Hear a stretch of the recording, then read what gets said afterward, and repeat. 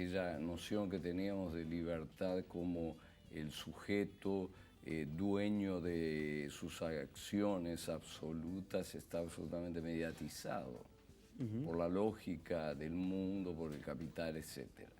Pero así es también para la poesía. Los productos simbólicos no escapan a este tipo de realidad. Y es una cuestión de la que hablo ahí en el libro, como habrás notado. Sí.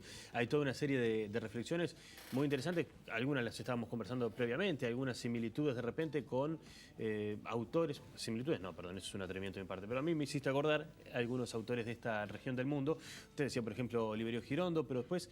Lo que pasa es que es un libro que tiene poesía y tiene reflexión también, tiene ensayo, que es otra de las vetas de tu actividad, ¿no? Sí, mirá, yo he intentado meter en ese libro algo que había hecho con otro libro que me editó hace 4 años.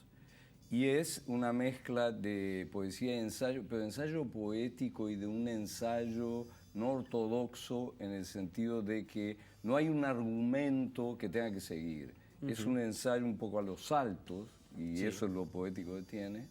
Y los núcleos de sentido son intermitentes, y eso es propiamente poético. La poesía ocupa un lugar no solo en la faceta creativa, sino también en la de la reflexión, ¿no? Y algunas de las reflexiones que tenés en este libro hablan de cómo la crítica en algún punto tapa una cierta crisis que ves en la poesía latinoamericana. ¿Entendí bien? Correcto. A mí me parece, y me pareció siempre, un contrasentido que si el hombre entra en crisis, si el sistema está en crisis, si las prácticas sociales y de relación humana están en crisis, ¿cómo es posible que la producción simbólica no esté en crisis? O sea, sería la última paradoja de la especie que el hombre se hundiera y salvara la poesía. Esa es una cuestión que la podía creer Roberto de las Carreras o Delmira en su momento genial más absoluto, pero no tiene nada que ver con la realidad. Digo, la realidad es que vivimos un mundo en transformación, un mundo en cambio, un mundo profundamente crítico en el sentido de que está puesto en crisis, y eso quiere decir crítica, ¿no? Y hay que reconocer mínimamente la crisis en la que estás. Y el lenguaje poético está en crisis de hace mínimamente 40 años. Y la crisis arranca a principios del siglo XX. Bien, ¿cuánto genera?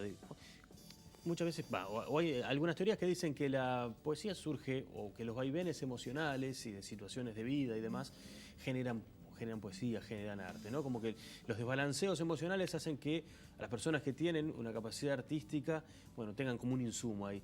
¿Cuánto hay? ¿Cuánto compartís de eso? ¿Cuánto hay en las crisis de los países que generen arte? Hay un poeta inglés que se llama T.S. Eliot, que ganó el Premio Nobel de Literatura por un poema precisamente vanguardia, La tierra baldía, que decía que la riqueza de una literatura es proporcional a la dimensión de su cementerio.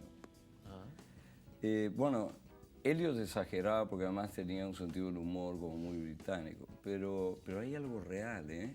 En momentos de crisis todo el mundo corre a una especie de protección simbólica, o sea, como si hubiera un desajuste entre lo real y lo simbólico, o se trataba de afianzar una parte de la realidad mediante el desarrollo de esa otra posibilidad que tenemos, que es el imaginario, la creación de otro tipo de nivel de realidad y de vida.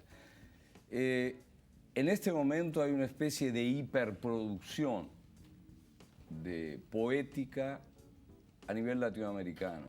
Ahora, si me preguntás si eso está bien o está mal o es favorable, yo te diría que es favorable. Ahora después entra precisamente la evaluación crítica de esa producción, porque si no estamos en una lógica sistémica de capital, una hiperproducción y que se encargue, ¿sí?, otro. No, es una responsabilidad también de los poetas revisar y valorar ese tipo de pues, de cosa que se deja a la sociedad. Bien, hay un gesto que no es poético, pero que sí es metafórico, que es un circulito que nos hacen así, que es cuando uno tiene que ir redondeando. Pero me queda una cosa más que te quería preguntar, y es, en algún momento o en alguno de los textos hablas del amor por la palabra nunca dicha, ni murmurada siquiera. Es uno de los primeros textos que hay en el libro.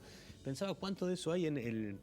Así como se habla de repente de los sueños recurrentes, esa persona que va soñando que tiene que llegar a una meta y no llega en toda la noche y es su pesadilla, ¿cuánto hay en tu poesía de buscar la palabra nunca dicha? Mira, no sé el porcentaje exacto, pero te digo que es lo que me mueve.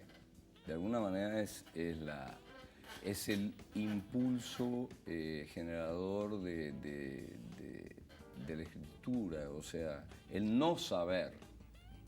En ese sentido, San Juan de la Cruz, un místico notable español del barroco, decía, no estamos aquí para saber, sino para no saber.